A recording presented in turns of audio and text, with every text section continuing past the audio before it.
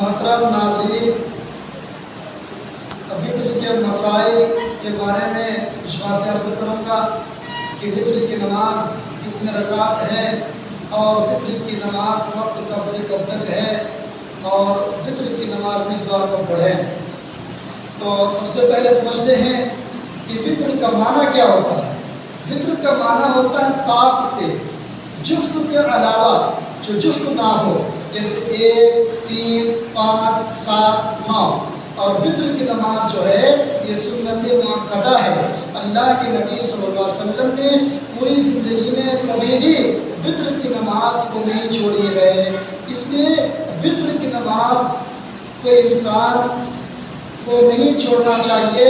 اور وطر کی نماز آپ چاہے 1 پڑھیں، 3 پڑھیں، 5 پڑھیں، 7 پڑھیں یا 9 پڑھیں، اگر آپ وطر کی نماز 3 رکعت پڑھنا چاہیں تو 1 سلام سے پڑھیں، یا اور 3 رکعت وطر کو آپ 2 سلام سے بھی پڑھ سکتے ہیں۔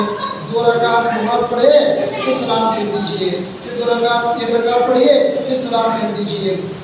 اور اگر 3 رکعت 1 سلام سے پڑھنا چاہتے ہیں تو تینوں رکعت بیچ میں آپ کو نہیں پڑھنا ہے۔ 3 رکعت پڑھنے کے بعد لاسٹ میں آپ کو سلام پھیرنا ہے۔ لیکن یہ وطر میں جو دعائے قنوت پڑھتے ہیں یہ کب پڑھیں؟ دعائے قنوت وطر میں آخری رکعت میں رکوع سے پہلے دعائے قنوت پڑھنی چاہیے۔ اور جو لوگ کہتے ہیں کہ رکوع کے بعد بھی چاہے تو پڑھ سکتے ہیں، وہ قنوت نازلہ پر قیاس کرتے ہوئے کہتے ہیں، اس لیے کہ اللہ کے نبی صلی اللہ علیہ وسلم سے قنوت نازلہ رکوع کے بعد پڑھنے کا ذکر ہے، لیکن رکوع سے پہلے وطر کی نماز میں قنوت وطر پڑھنا ثابت نہیں ہے۔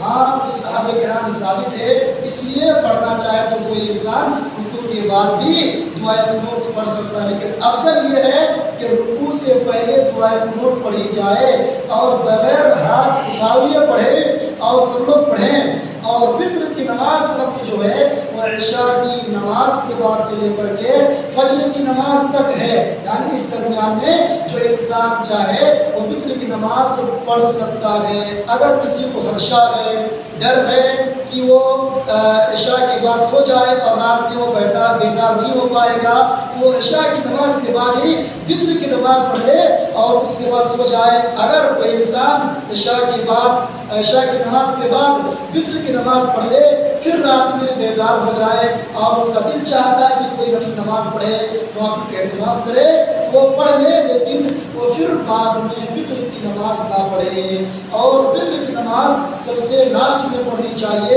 اس لیے کہ اللہ کے نبی صلی اللہ علیہ وسلم سے یہی بات ثابت ہے کہ آپ نے کہا ہے لوگوں تم لوگ وطر کو سب سے لاسٹ میں پڑھو۔ یہ چند باتیں تھیں وطر کے تعلق سے۔ رب سے دعا کہ مولا ہم لوگ کو اس پر مکمل عمل کرنے کی توفیق عطا فرمائے، آمین۔ وما علینا الا البلاغ۔